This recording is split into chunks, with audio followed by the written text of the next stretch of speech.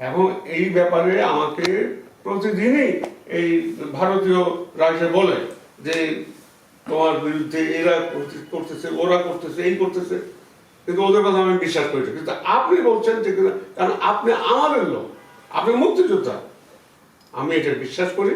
And thank you very much. এবং সঙ্গে সঙ্গে উনি বললেন কি, ওই জাস্টিস আবু সাইদ চৌধুরীকে খবর দিলেন যে আপনি লিড করবেন আমাদের delegation to the United Nations in September. ওই বছরের সেপ্টেম্বরে এই ইউএন ডেলিগেশন যাওয়ার কথা, এবং সেটার মধ্যে আমারও যাওয়ার কথা, বিকজ কি বলে Mushtaq is suppose to lead, he is the foreign minister. কিন্তু সেটা বন্ধ করে দিলেন, যেহেতু ওনার বন্ধ, আমারও বন্ধ, কারণ আমি তো প্রাইভেট সেক্রেটারি, আমি তো যাইতে পারি না। যদি আমার বস না যায় আমি কীভাবে যাবো, হাউ ক্যান আই গো? তো সেটা বন্ধ হয়ে গেল, যে জাস্টিস আবু সাইদ চৌধুরী গেলেন, এবং সেইভাবে নতুন একটা ডেলিগেশন গেল।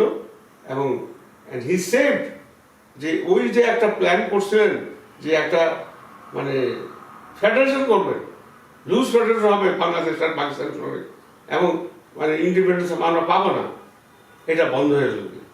এবং আমারও যাওয়া বন্ধ হলো। But it is not very important আমি গেলাম কি না গেলাম, ডাজেন্ট ম্যাটার। বাট যেই কাজটা তাজুদ্দিন সাহেব চাইছিলেন সেটা হইল আর কি।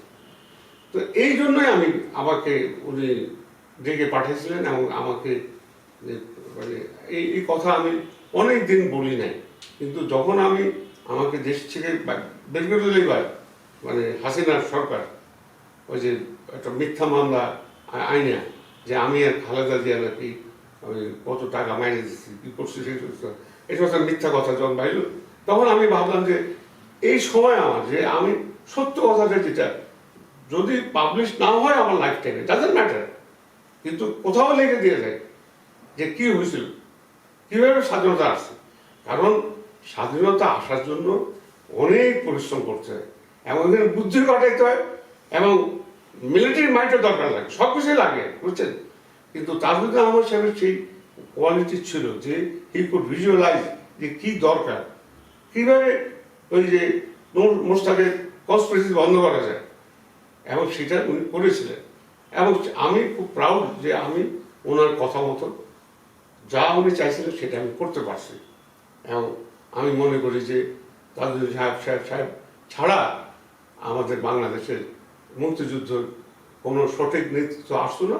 আমরা হয়তো বা মানে একটা ভুল করে বসতাম, যে ভুলের জন্য আমরা অনেক কিছু করে থাকতাম। এই হলো আমার বক্তব্য। তো আর যদি কিছু প্রশ্ন থাকে বলেন। না, এটা তো বিশাল বড় আপনি রিস্কও নিয়েছেন। আমি রিস্ক নিয়েছি, বিশাল বড় রিস্ক। কারণ আপনি একটা কথা বলছিলেন যে যে আমি তো, হ্যাঁ আপনি যেটা বললেন যে আমি তো আর স্পাইং এর ট্রেনিং নেই, আমি স্পাই ট্রেনিং নেই, তো পাকিস্তান তো সিএসপি, আমি জানছি যে কিভাবে সাবডিভিশন চালাতে হয়, কিভাবে ডিস্ট্রিক্ট চালাতে হয়, এইগুলো আমি শিখছি। আমি তো রেভিনিউ অ্যাডমিনিস্ট্রেশন করতাম, আমি তো ডেভেলপমেন্ট অ্যাডমিনিস্ট্রেশন করতাম, আমি তো এই কি বলে ল অ্যান্ড অর্ডার অ্যাডমিনিস্ট্রেশন করতাম, কিন্তু আমি তো স্পাই করা শিখি নাই। আবার সেই দেশের প্রয়োজনে, মুক্তির প্রয়োজনে আপনি যুদ্ধাস্ত্র নিলেন। এটা একটা তো আমি যেটা করেছি, আমি নড়াইলে সমস্ত জনসাধারণের মধ্যে যে কেন মুক্তিযোদ্ধার কথাটা আমি শুনেছিলাম। প্রথম শুনি ওই যে জিয়াউর রহমানের ইয়েতে কি বলে ভাষণে, এটা আমি শুনছি। তারপরে আই ডিসাইডেড যে আমি মুক্তিযুদ্ধে অংশগ্রহণ করবো। And because I was that important position, আমি এসডিও ছিলাম, তো নেতৃত্বটা আমার কাছে চলে আসে আর কি। এবং আমি যেটা করছি, 1 নম্বর সমস্ত আর্ম ডিস্ট্রিবিউট করে দিচ্ছি, যেগুলো আর্মস আমার কাছে ছিল সেগুলো ডিস্ট্রিবিউট করছি 1 নম্বর মুক্তিযোদ্ধাদের মধ্যে। 2 নম্বর যে আমি চেষ্টা করছিলাম যে আমার ব্যাংকটাও নিয়ে যাবো ইয়েতে কলকাতাতে, কিন্তু সেটা আমি নিতে পারিনি। কারণ আমাদের নড়াইলটা was in a very interior position.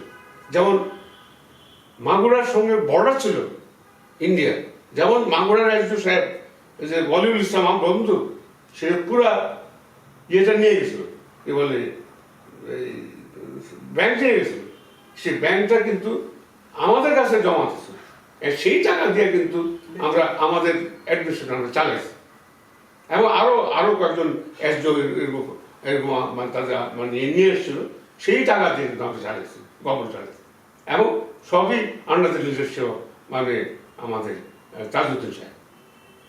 আর ওখানে আপনি যখন গেলেন মানে কোন মাসে, আমার মনে হয় যে যখন আপনি খন্দকার মুশতাকের তখন প্রাইভেট সেক্রেটারি কাম মানে আসলে স্পাই, তখন আপনাকে নিয়োগ করা হলো, এটা কোন মাসে? June July? আপনার বইতে বোধহয় আমার মনে হয় জুন মাসে হবে, মানে আমি তো ফিরে আসলাম এপ্রিল মে মাসে ফিরে আসলাম, জুন জুলাইতে বোধ হয় আই এন্টার্ড হিজ মানে কি বলে অফিস, এবং অফিসটা ছিল ওই যে কি বলে একটা বিখ্যাত বিল্ডিং, মানে সবগুলা আমাদের মিনিস্টাররা সেখানে থাকতো। আচ্ছা, এটা কি পার্ক সার্কাসে সিআইটি রোডের ওখানে? না, সিআইটি রোডের উপর, সিআইটি রোডে ওনার অফিস ছিল। Exactly office. আর প্রিন্সেস স্ট্রিটে ছিল বোধহয় কামরুজ্জামান সাহেবের অফিস। হ্যাঁ, প্রিন্সেস এটা বিকজ রিয়েলি রিয়েটেড আর কর্নেল ওসমানী, তাজউদ্দিন আহমেদ, তো জেনারেল ওসমানী, তখন তাজউদ্দিন আহমেদ অফিস ছিল 8 নম্বর থিয়েটার, 8 নম্বরে, এখন যেটা শেক্সপিয়ার শো। তো এখন যে ইতিহাস সংরক্ষিত আমরা রাখতে পারতাম, ওই ভবনটা যেটা ছিল মুক্তিযুদ্ধের প্রাণ কেন্দ্র, সেখান থেকে ওটা তো আমাদের উচিত ছিল এটাকে মানে সংরক্ষণ করা। আমরা তো করি নাই, কারণ আমরা তো এমন একটা জাতি, আমরা তো আমাদের ইতিহাসে আমরা মানে স্মরণ করি না, আমরা তো একটা আত্মবিস্মৃত জাতি, কেমন? হ্যাঁ, তো আমাদের তো সেই জন্যই তো আমাদের কিছু হয় না।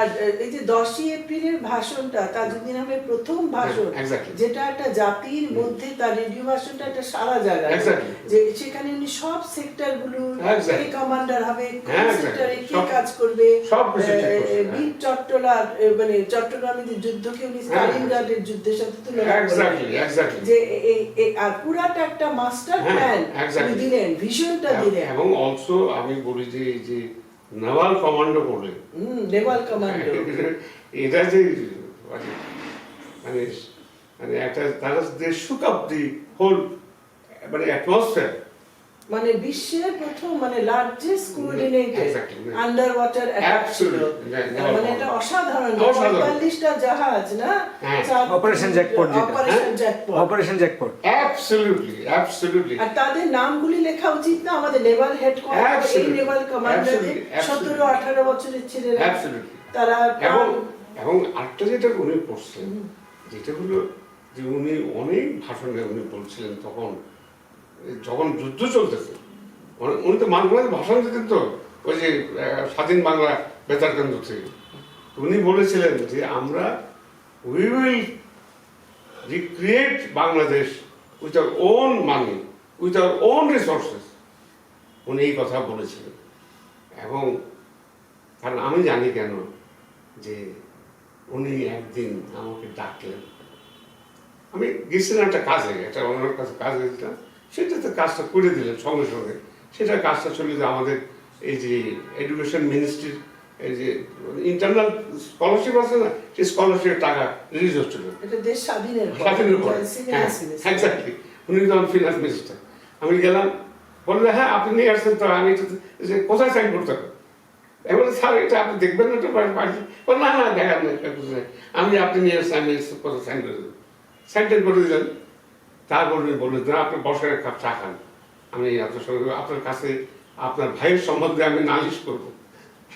তো আমি খুব ভয় পেয়ে গেলাম যে আমার ভাই থাকে আমেরিকাতে, কি করছে আল্লাহ কি করছে আল্লাহ জানে। তো উনি তাকে বললেন যে আচ্ছা, উনি আমি গেছি এই IMF এর ফাইল মানে note, because he was forced to go and negotiate with the IMF people for মানে aid to Bangladesh. উনি গেছেন, তো ওইখানে তাকে একটা রিসেপশন দিয়েছিল মানে তাজউদ্দিন সাহেব, সেখানে আমার ভাই খুব বক্তৃতা দিচ্ছিলেন, আমার বড় ভাই, সে আবার খুব মানে বাংলাদেশ স্বাধীনতার জন্য অনেক কাজ করছেন তখন। ডক্টর মোহসিন সিদ্দিকী আমার বড় ভাই, he is a very bad shape now, খুবই অসুস্থ বেচারা। তো যাই হোক, তো সে উনি বলেছেন যে দেখেন, মানে উনি বলছেন তাজউদ্দিন সাহেব আপনাকে আমরা খুব শ্রদ্ধা করি, বিকজ আপনি বলেছেন সবার আগে যে আমরা সেলফ রিলায়েন্ট পেতে আমাদের সাথে আমরা বাংলাদেশকে বিনির্মাণ করব। তা আপনি এখন কেন আপনি আসছেন এইখানে এই আইনের সঙ্গে ইয়ে করতে, নেগোসিয়েট করতে?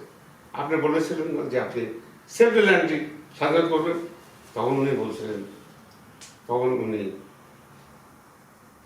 উনি আমার কাছে একদম মানে খুবই ইমোশনাল হয়ে গেলেন আর কি, যে আমি তোমার ভাই যেটা বললো, আপনার ভাই যেটা বলছে এটা তো সত্য কথা বলছে, আমি কিভাবে নেগোসিয়েট করি? কারণ আমি তো বলেছিলাম যে আমরা কোনো কারোর কাছে সাহায্য নেব না, আমরা ভারতের কাছেও সাহায্য নেব, কারোর কাছে সাহায্য নেব না। আমাদের যা রিসোর্স আছে, আমাদের জনবল যা আছে, সেটা দিয়ে আমরা আমরা আমরা আমরা বাংলাদেশকে মানে একটা স্বনির্ভর করব। সেটা তো আমি করতে পারি না। এবং বললেন আর কি যে যে এই ছিল আমার বিষয়, কিন্তু আমি তো সব কিছু না, আমি তো দেশের সব কিছু না, আমি তো ফাইন্যান্স মিনিস্টার উনি, এবং আমাকে তো উপরের কথা শুনতে হয়। তো উনি তখন তার যে মনের দুঃখটা আমাকে উনি শেয়ার করেছিলেন, এবং I truly saluted because of that, যে এই লোকটার মনে কি ছিল আর উনি শেষ পেশ কি করতে পারলেন। এখন যদি এমন হইতো যে বাংলাদেশ স্বাধীন হওয়ার পর তাজউদ্দিন সাহেবকে যদি বলতো শেখ মুজিবুর রহমান যে তুমি হয়ে যাও prime minister, I will be এল্ডার statement, যেমন গান্ধী ছিল নেহরুর এল্ডার স্টেটমেন্ট, কোনো পাওয়ার হোল্ড করে নাই, but he was all in all. মাঝে মাঝে নেহরু গিয়ে তার কাছে জিজ্ঞাসা করতো কি করা উচিত, অর্থাৎ হি becomes N এল্ডার Statesman and real administration চালিয়েছেন তাজউদ্দিন সাহেব, তাহলে বাংলাদেশের এই অবস্থা হইতে পারত না না না। কিন্তু আনফর্চুনেটলি যে এটা আমাদের কপালই বলি বা আমাদের ট্র্যাজেডি বলি, যাই বলি, this was A real story, যে যারা নাকি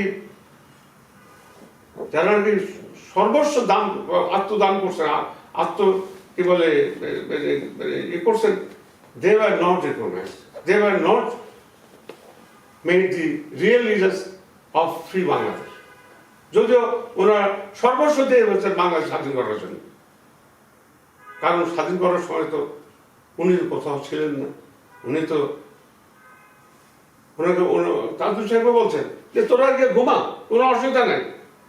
আরে কি ঘুমাবে, দেশের উপরে তৃণমূল চলে আসছে, তো এটা ফাইট করতে হবে না। And he did go and fight. He did not listen to this. মানে কিন্তু সবচেয়ে বড় ট্র্যাজেডি হলো এই লোকটা এত নিজের মানে আত্মগ্লোরি জন্য এত বেশি ইন্টারেস্ট ছিলেন that he didn't want to share even the rebuilding of Bangladesh with anybody else. উনি যা করবেন তাই শুনতে হবে। এবং উনি তো was a very poor administrator, poor কি বলে মানে হিউম্যান বিং, মানে লেখাপড়া ছিল না, অনেক কথা বলে তো। বাট তাজউদ্দিন সাহেব was very different. He was well educated, politically very active, very pro-people, এবং স্বাধীনতা কামী। তো ওনার এতগুলো কোয়ালিটি থাকার ফলে তো he did not get the recognition he should have got. সেই জন্য আমি মনে করি আমাদের ট্র্যাজেডি এই জন্যই হয়েছে। আসলে চাচা, যার যার প্রত্যেকেরই মূল্যায়নটা ওইভাবে হতো। যেমন আপনার সাথে আগে একটু কথা হচ্ছিল যে ধরেন বঙ্গবন্ধু উনি তো ছিলেন, হ্যাঁ উনি দেশ স্বাধীনের পর উনি দেশটা চালাতে পারেন নাই, আমরা দিচ্ছি উনি রাইট পিপলদেরকে কাছে যেই খন্দকার মুশতাককে আবু পরে ওই যে স্যাক করে দিলেন ফরেন মিনিস্ট্রি থেকে, মনে আছে করে দিলেন, এবং আপনার রিপোর্টের ভিত্তিতে, এবং উনি ভারতীয়দের উপর নির্ভর করেনি, উনি স্টাবলিশ করলেন আমার ইন্টেলিজেন্স সোর্স, আমাকে সে ব্যবহার করছেন। কারণ I was very lucky that he used me, কারণ আমি কোনো মিথ্যা কথা বলবো না।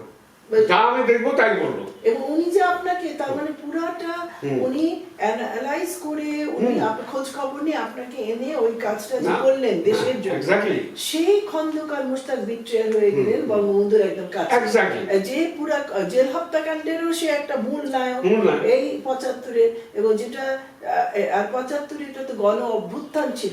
আজকে যেমন ছাত্র জনতা ওটা ছিল কিছু আর্মি অফিসার ওই নৃশংস হত্যাকাণ্ডটা ঘোরায়, যে আমরা যতই এটা একটা হত্যাকাণ্ড ছিল, কারণ ওখানে নারী পুরুষ সবাই শিশু মারা যায়, যেটা তাজুদ্দিন সাহেব ওয়ার্নিং দিচ্ছে যে আপনি যে পথে নিচ্ছেন দেশটাকে বাকশাল করে, আপনি কিন্তু দেয়ালে পিঠ ঠেকিয়ে দিচ্ছেন, আপনাকে আর গণতান্ত্রিক ভাবে রিমুভ না করতে পারলে, আর দেশ যেভাবে চলছে, দুর্নীতি যেভাবে হচ্ছে, এটা আর বিশেষ করে আমাদের পার্টির লোকরাই, আপনার পরিবার এখানে, আত্মীয় স্বজন, এটা কিন্তু মুজিব ভাই, এটা কিন্তু প্রতি বিপ্লব, এটা কিন্তু প্রতি বিপ্লব, সেই জন্য তো আমরা যুদ্ধ করি না।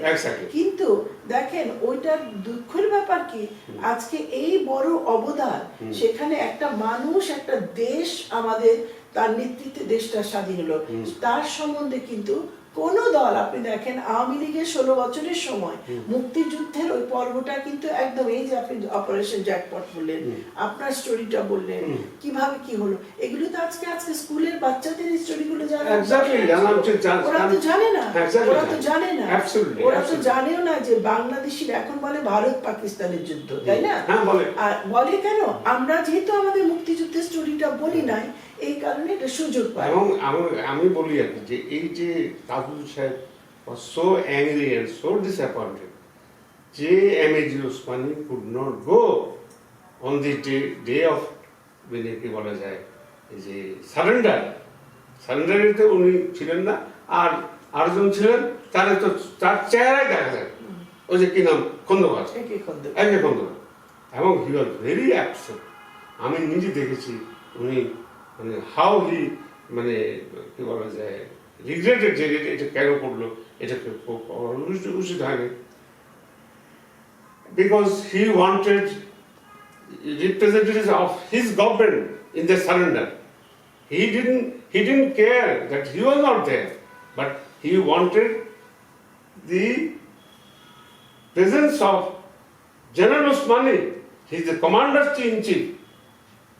সেই জন্য থাকে, সেটা চাইছিল সে, কারণ because a patriot, he was a supreme patriot, Tajuddin সাহেব। এবং আমার দুঃখ লাগে, এই জন্য দুঃখ লাগে যে তাকে তো আমরা সম্মান দিই নাই। দেখেন এত নৃশংসভাবে তাকে মারা গেছে, যারাই মেরেছে, ওয়েদার ইট ইজ দি ডালিম অ্যান্ড কোম্পানি, আমি জানি না কারা করছে, বা ইট ওয়াজ এবার মোস্তাক, যারাই করেছে এরা মানে পাপিষ্ঠা, মানে কি বললো যে এই তো এত বড় ক্রাইম এটা হয় না, that you have placed them in the prison and it is your bloody moral duty to protect them. সেটা তো করোই না, you go send troops there and kill them, massacre them. এটা তো কোনোভাবেই মানে সহ্য করা যায় না, এবং সেটা করা হয়েছে বাংলাদেশ। এই জন্য বাংলাদেশ সম্বন্ধে লোকে বলে যে এই জাতির কোনো ভবিষ্যৎ নাই, বিকজ এই জাতি যদি, if you do such crime to your best leaders, তাহলে তুমি কিভাবে একটা মানুষ হিসেবে রিকগনিশন পাবে? You don't deserve to be recognized as a human being. তো যাই হোক, আমার আর কিছু বলার নাই। এখন আমরা তো আর তাদের ফিরে পাবো না, কোনোদিন, কিন্তু we have to take steps so that we build up the new leadership in a good manner, এবং যাতে করে নিউ লিডারশিপ ভালো করে বুঝে যে এই long term and short term interest of Bangladesh, এবং সেইভাবে যেন তারা নিজেকে প্রস্তুত করে রাখে। এবং কারণ সামনে আরও কত ঝড় আসবে, কত বিপদ আসবে, তা তো আমরা জানি না, এবং আসবে কোনো সন্দেহ নেই। কারণ আমাদের লোকেশনটাই একটা মানে অনেক মানে বিতর্কের বিষয়, যে চারদিক দিয়ে একটা রাষ্ট্র ঘিরে আছে আমাদেরকে, এবং আমাদের বিরাট পপুলেশন, আমাদের সেই ধরনের রিসোর্স নাই। এই দারিদ্র্যকে ঠেকানোর জন্য আমাদের সেই রিসোর্স নাই। আমাদের এক্সপোর্ট ইম্পোর্ট জন্য বিজনেস করে আমরা বেশি লাভবান হই না। তো আমাদেরকে লাভবান হইতে হবে এবং আমাদের পিসফুল একটা অ্যাটমসফিয়ার মেনটেন করতে হবে, শান্তি বজায় রাখতে হবে। তো এগুলো করা তো খুব ডিফিকাল্ট ব্যাপার বাংলাদেশের জন্য। এবং সেখানে যদি আমাদের ভালো লিডারশিপ না হয় তাহলে আমরা তো কিছুই করতে পারবো না। আমরা already we have lost best of our leaders. আমরা তাজউদ্দিনকে হারাইছি, আমরা মৌলানা ভাসানীকে হারাইছি, আমরা জিয়াউর রহমানকে হারাইছি। তো 3-4টা ভালো লিডার তো চলেই গেছে। তো তারপরে আর কি হবে আমাদের যদি এরকম লিডার না করতে পারি আমরা। আর চাচা যেটা একটা ব্যাপার আপনি বলছেন যে যে এই যে লিডারশিপটা হতে কিন্তু অনেক সময় লাগে, অনেক সময় লাগে, এটাতে অনেক ত্যাগ তিতিক্ষা ধীরে ধীরে গড়ে ওঠে। আর আমাদের যে মুক্তিযুদ্ধের যে এক একটা পর্ব আছে, প্রত্যেকটা পর্ব